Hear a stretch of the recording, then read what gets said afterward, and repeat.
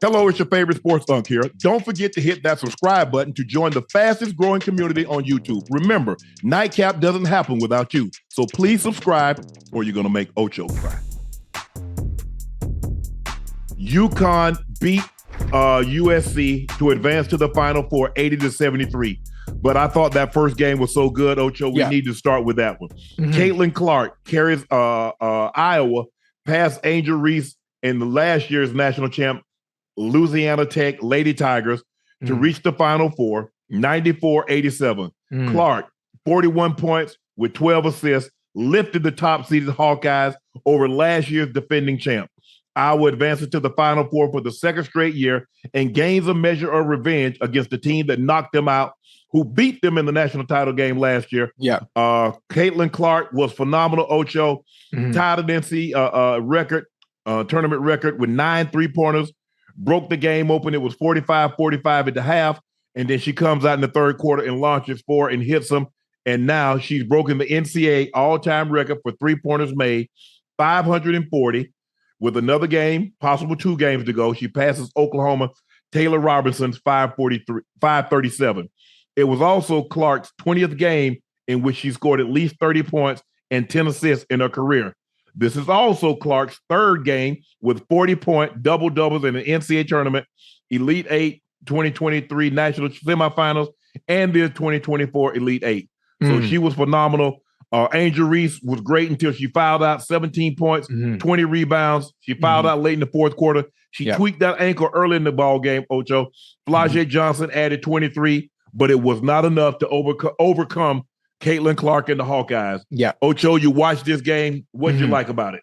Listen, I watched the game. I enjoyed it. I enjoyed it. It was very worthy of all the hype that everybody talked about. Obviously, Caitlin Clark and what she's done throughout the entirety of the season. Angel Reese, what her and the LSU Tigers have done throughout the entirety of the season in the build-up to this matchup.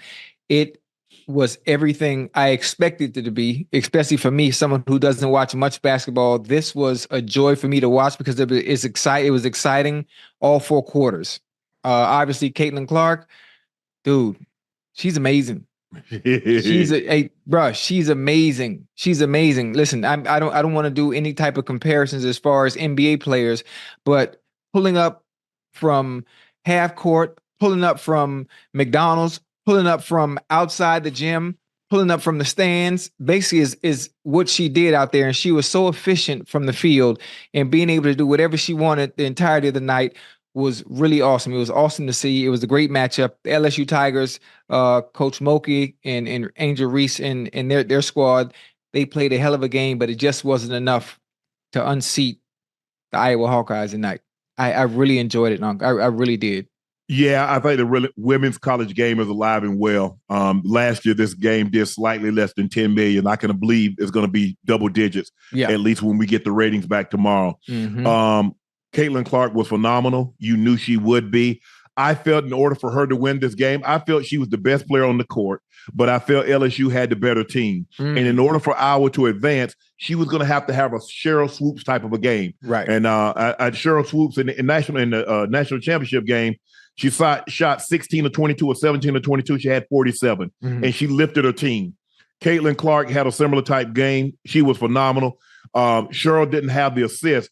And I thought LSU did a terrible job. Kim Mulkey did a terrible job of coaching because they did nothing to get the ball out of her hands. You got to trap her. You got to blitz her. Make her give the ball up. You know when she goes left, she's looking to launch a 3. Yeah. If she goes right, she's looking to keep the ball or she's going to give it up and she's going to go get it back.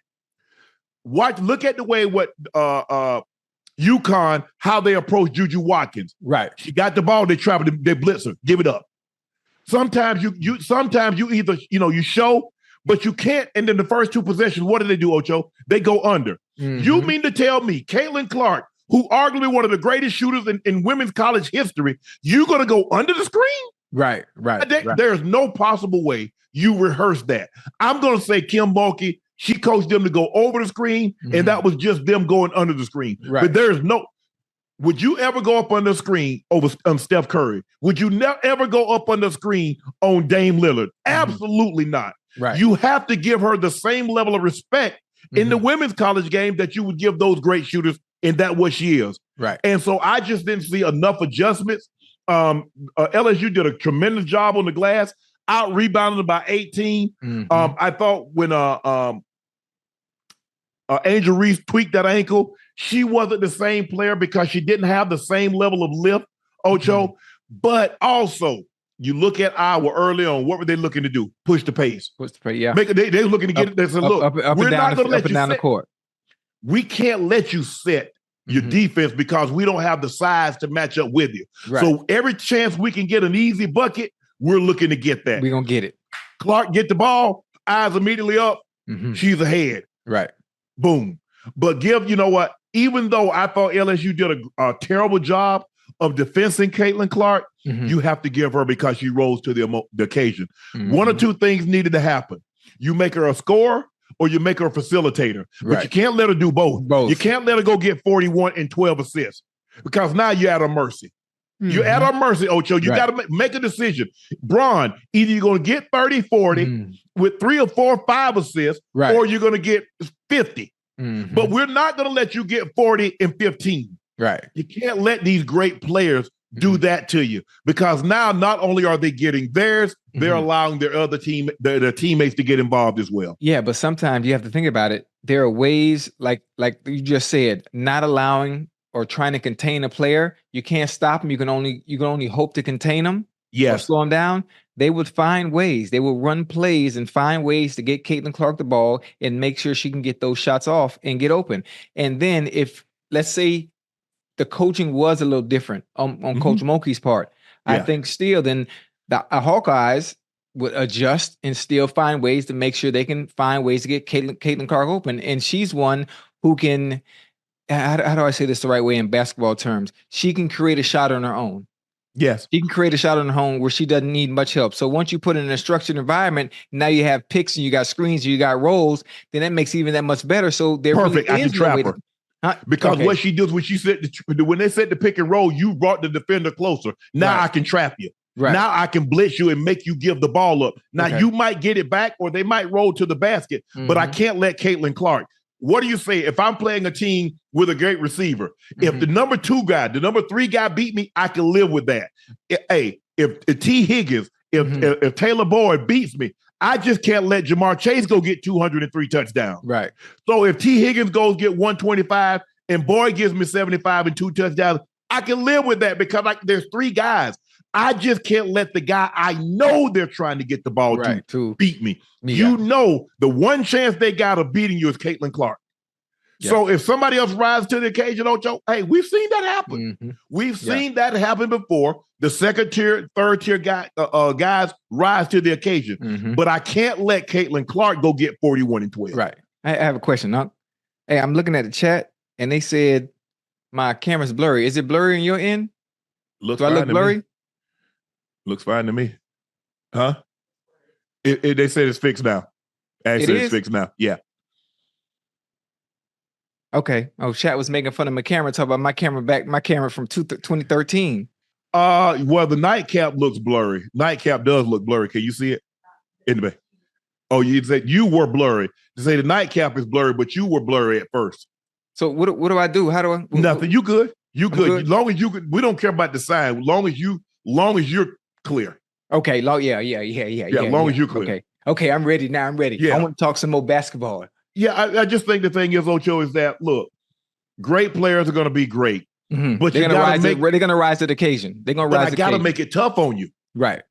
There's a reason why they lock the doors. They put the money in the vault. They don't have the money on when you walk into the cashier. The money just sitting up there on display. If you're going to steal it, we're going to make it difficult for you. Well, yeah. I like that. There's 100 if you look at every stall you go up to the cashier, every stall has a camera pointing directly on it. Most of the time there's security in there. There's a big old vault. Okay, so I've got to make it difficult for you. Yeah. Do people steal money from a bank? Absolutely. Yes, sir. But is it easy? No. Great players are going to get theirs, but I can't make it easy on you. Right. I've got to make it as difficult as I possibly can. I got to make you exert. I got to make you take some contested, tough shots. But I also know the game plan says that when she goes left, she likes to launch the three. And when she goes right, she's looking to finish. Or she'll give it up and try to get it back. Right. But if I know that, soon as he comes left, I'm gonna come blitz. I'm gonna get it out of hands. You know what's funny? I like that you said it, but you hear how you just called out the game plan based on what she likes to do, and you know it in your mind, but then having to execute it and stop it on the court is a whole different ball game. Hell, you know what LeBron gonna do when he look down at the ball and he step back to hit that goddamn three. You know what LeBron gonna do when he go to the right? He drive to the basket. Right. We all know that, but has anybody been able to stop it? When it comes to Kobe, when Kobe and his go-to move, or Michael Jordan and his go-to move, hell, goddamn Dame Lillard, Kyrie, there's certain moves that players have that they do consistently that we watching from home or as analysts, as journalists, we know what they like to do, but the hard part is stopping it because they're so good at it. If he hits that shot and I got a hand in his face, I can live with that. You got to live with that, right.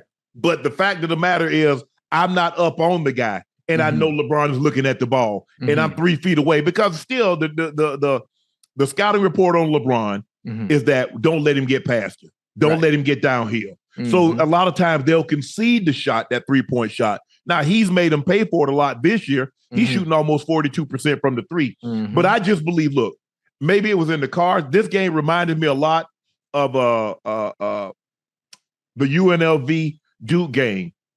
Duke, UNLV blew them out in 1990. They came back, tried to repeat. It was perfect, undefeated, and Duke got a measure of revenge. Duke played extremely well, but I just thought that LSU, there were some things that they probably should have done, and I'm sure Kim Mulkey, she probably won't admit, but she probably is going to say, you know what, we should have tried to get the ball out of her hands a lot sooner. I mean, it wasn't until like a couple of minutes left in the game, then all of a sudden you blitz her. All of a sudden you switch it. Right. Bro, you should have been doing that. Okay, yeah, they were switching. You let her first two shots go in. Right. Ocho, you can't let me catch 2 deep balls early now. Because you got hell on your hands for the rest of the game. And you know what's funny is, for one, they allowed her to get in the rhythm. And you know she's in the rhythm because she's pulling up from anywhere on the goddamn court. Once you have that type of confidence and once you rolling like that in the game, there's really nothing you could do. Yeah. There's really nothing you could do except find a way to distinguish the fire, to put the fire out. And how do you do that? That's by trapping early. Finding ways to disrupt the timing of the offense. Yes. Get in the way, play a little bit more aggressive than usual.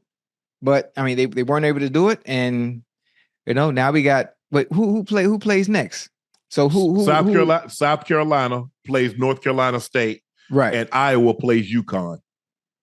Oh, okay. Now, do you have a favorite in that Iowa UConn matchup?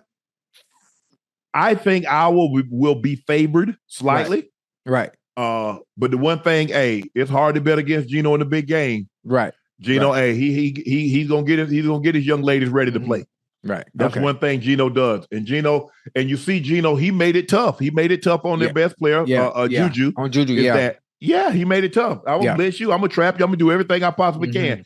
What makes her so good is that she's still able to put the ball on the floor. She got a Euro step. She can step through. Still, she can pull up. Yeah. So she's really fundamentally sound. You can tell she's worked with a coach before, and she probably trains in the offseason with a lot of guys. Because her game is really similar to the guys. A lot of the stuff that she does reminds you of a male player. Right. She was sensational. But kudos to the Iowa Hawkeyes. They're moving on, advancing to the Final Four for the third time. 1993 was the first time. 23 was the second time, and back-to-back years, 23 and 24. Thanks to a Herculean effort by Caitlin Clark. She was 13 of 29 from the field, 9 of 20 from the three. 6 or 7 from the free throw line. She had 7 rebounds, 12 assists, turned the ball over, but that's to be expected because she had the ball. She played the entire 40 minutes of the ball game. Yeah. No rest. No rest.